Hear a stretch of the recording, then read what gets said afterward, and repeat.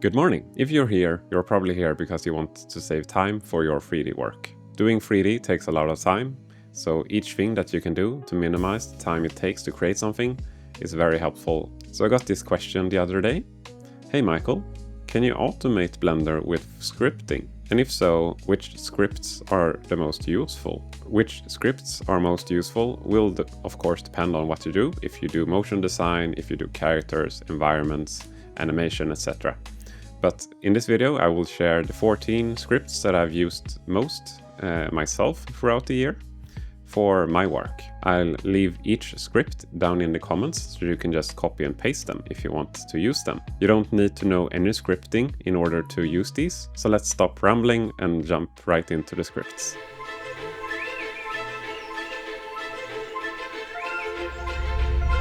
So the first one is something that I've used quite a lot recently. I do a lot of work on blend shapes for characters in Blender. So here I have a character from CC5. Occasionally though, I accidentally tweak vertices, which I weren't supposed to. So for this eye blink here, for example, you can see that I accidentally sculpted on the shoulder without noticing it way too late. Let's go into edit mode, toggle X-ray, select the entire body. Let's hit new and then paste the script. And then run this. This will clear all the shape adjustments on those vertices, but keeping the rest intact. Nice. You can download a lot of nice 3D models on Sketchfab, for example. However, a lot of them has really unstructured file names for materials, for example. If there's something I literally can't live without when working with projects, it's project structure and file organization. So using this script, you can quickly add uppercase, as well as the Unreal naming convention M at the start of the material name. This next one lets you extract a clothing item and then the skeleton or armature it belongs to. So for a recent project I worked on, I needed the clothing items on the characters separated in a different skeletal mesh for cloth simulation in Unreal Engine 5.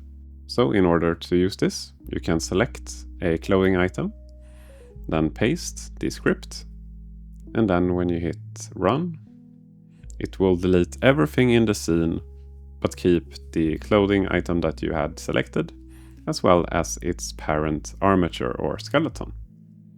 Very handy. The next one is removing all the vertex groups on the selected object. So here I have a model which has a lot of vertex groups as well as shape keys. You can of course go in and delete them manually like this. However, the more quicker way is of course using the script. So when you run it, it will delete all the vertex groups. Sometimes when working with characters, I need utility meshes, like head sculpts, for example. For those, I usually apply the armature before exporting the FBX. It says that we can't apply the modifier with shape keys. So we can, of course, like the other one, go in and delete them manually. But let's delete all of them using this script, which clears the entire list, and we can now apply the armature modifier. Here I have a groom asset, which isn't made for this small boy, but doesn't really matter. Sometimes you can find strand-based groom assets, which has their roots inverted on some strands, so we can visualize this by applying a trim hair curves and then trying to extend it. If it looks weird, don't worry, we can easily flip them around using the location of a sphere in order to tell which strands should be inverted. So let's create just a regular sphere and then position it at the head. We need to convert the hair strands to normal curves.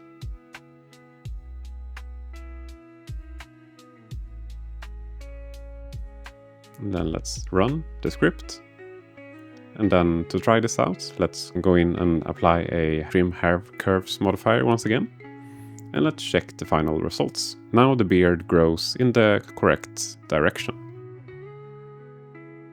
I would say that most of the time the previous script corrects most incorrect hair curves, but in some examples I've actually had more success just flipping the hair curves based on the world said information instead. This has been especially true for ponytails, for example, and it will make sure that all hair curves has their roots facing up in the scene. So from here you can just convert it back to hair curves and apply a material. The final one on the subject of hair in Blender. For some grooms, especially ones that you have converted from hair cards into strands, you can get very dense grooms, which can bog down the performance of your scene, which might be unnecessary fidelity. We can remove 50% of the hair curves on the selected object with this script. So this hair groom is almost 800,000 vertices, and after running the script it has become only 400,000. So you can run this as many times that you need. In my short film called Stiff, the wooden mannequins, I used noise modifiers. So basically what I did is that I used the noise modifier to add some random movements to all bones. One issue that I had though is that when you apply the noise modifier, it has the same seed value. So with this script, we can quickly randomize the seed for all bones on the character in just one click, instead of going through each one of them. And that made the whole animation feel even more alive and organic. These next ones I used quite heavily when working with the Need for Speed project. So I had the geometry data from each track, and each track was divided into hundreds LWO chunks. So I also had a Lightwave importer plugin in order to import the files, but I had to select each one of them individually, and this would have taken so much time. So I've just specified the folder path to where all 3D geometry files lives, and with this I can one click import everything in one go. Super handy and saves me a lot of time.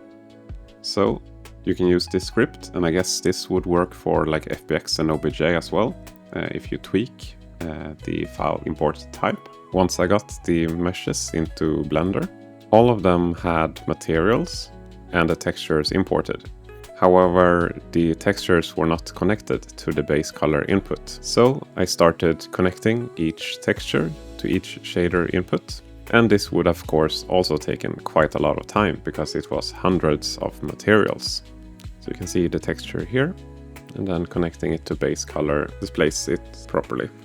And by using this little script, we can take all meshes in the entire project, have the script look at each mesh, and if it detects a texture that is not connected to the base color input, it will connect those textures in one click.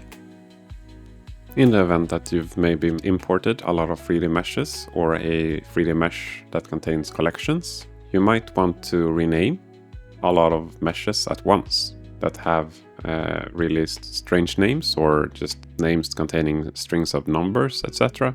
That doesn't really make sense. So with this script, you have to specify the collection name that the script will target. So in my example, it's just called collection. So let's replace the name down here with the collection name. If you scroll down a bit, down here you can change what you want the new name to be. So I'm going to do root andonf and root andonf on the object data as well. But you can choose whatever you want here and then hit run. And once you do so, it will rename all meshes in that collection to the ones that you specified. If you've imported textures that needs to be set to alpha clip because they have transparency, like a PNG for example, you can use this script to quickly select all materials in the project, and all textures that should have alpha set to clip will be switched to clip. and now have transparency. Finally, if you for some reason need to scale the UV islands on your mesh, in my example here I have a black outline here on the textures that I need to get rid of.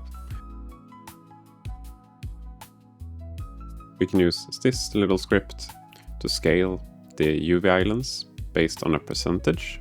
So you can type in your percentage scale up here before you run the script. And using a number smaller than 1 will scale the UVs up, and using a larger number than 1 will scale them down. Very specific use case, I know, but maybe useful for someone. Hopefully you found some of these scripts useful. If you wonder how I created all of these scripts, I used an LLM. ChatGPT has become very good at Python scripting, for example. As always, if you want to support this channel, you can become a member to get some exclusive perks, like suggesting the next tutorial for me to create, or even requesting a tutorial specifically for you. If you like this video, please give it a thumbs up, that helps me a lot, and I'll see you in the next one. Goodbye.